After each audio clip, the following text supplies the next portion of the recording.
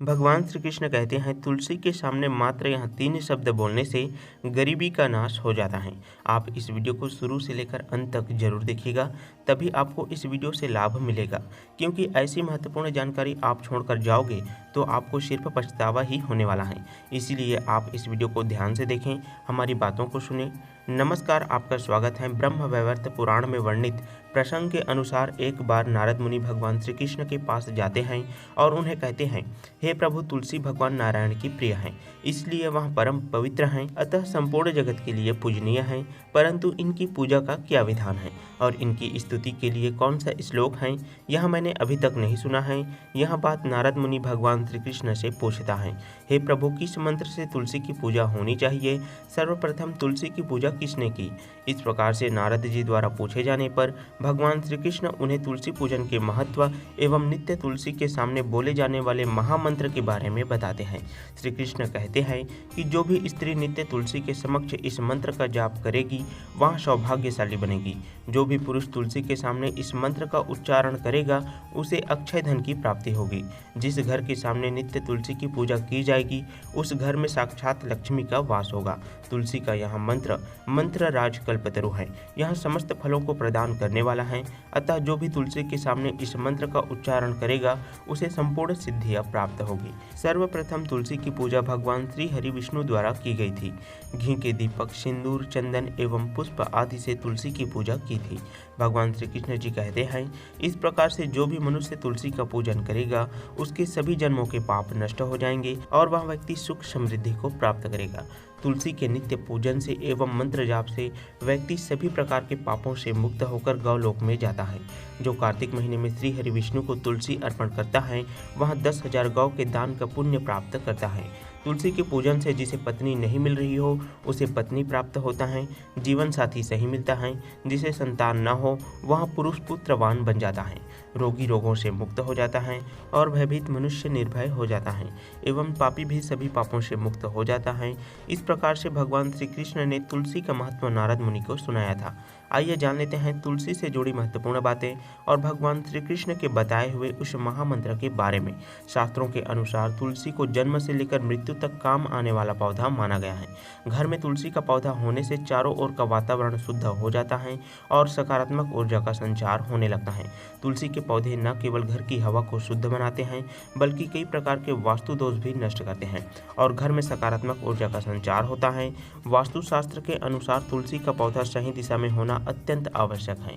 यदि तुलसी के पौधा सही दिशा में न लगाया जाए, यदि तुलसी का यह पौधा गलत दिशा में उपस्थित हो तो कई प्रकार के दोष निर्माण होते हैं और तुलसी का पौधा धीरे धीरे भी सूखने लगता है, जिससे घर पर कई प्रकार के संकट खड़े हो जाते हैं। क्योंकि गलत दिशा में तुलसी का पौधा घर में नकारात्मकता फैलाता है, जिसके कारण आर्थिक हानि का सामना करना पड़ता है।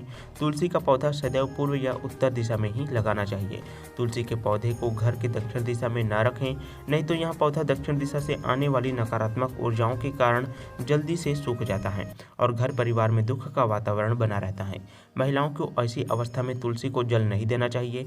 अक्सर महिलाएं स्नान के पश्चात अपने बाल को खुला रखकर ही तुलसी को जल देती हैं, लेकिन शास्त्रों में इसे सर्वथा अनुचित माना गया है। तुलसी को भगवान से सदा सुहागन रहने का वरदान मिला है।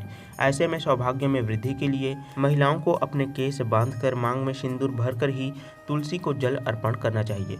तुलसी को जल अर्पण करते समय इन महत्वपूर्ण बातों को ध्यान में अवश्य रखें।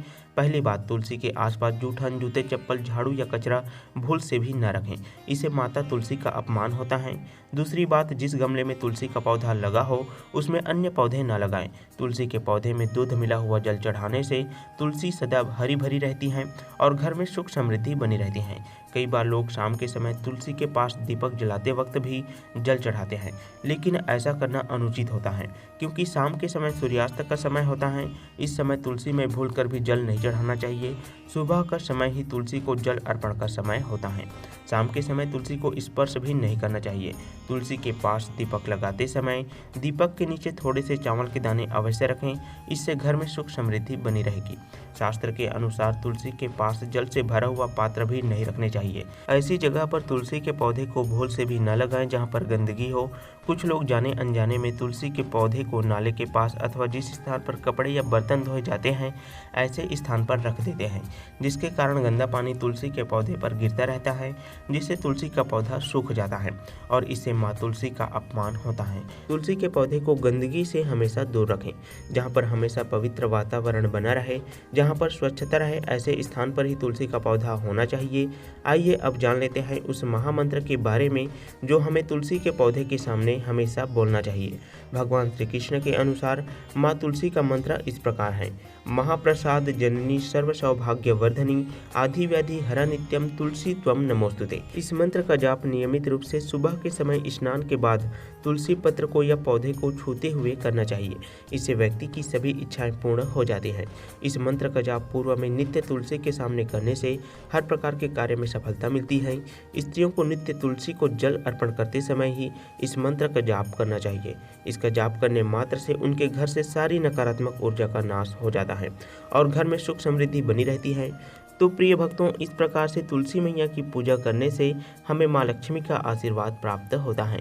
अगर यह जानकारी आपको अच्छी लगी हो तो आप हमारे चैनल को सब्सक्राइब जरूर करें। आप हमारे चैनल पर जाकर बाकी के वीडियोस को भी जरूर देखें, जिससे आप आध्यात्मिक जानकारी से जुड़े रहें। कमेंट में जय माँ लक्ष्मी, जय माँ तुलसी, जय श्री कृष्ण जरूर लिखें। जो भी भक्त कमेंट में भगवान के नाम का जयकारा लगाएगा, भगवान उनकी मनोकामना को पूरी कर देना। आप सभी को जय श्री कृष्ण, राधे राधे।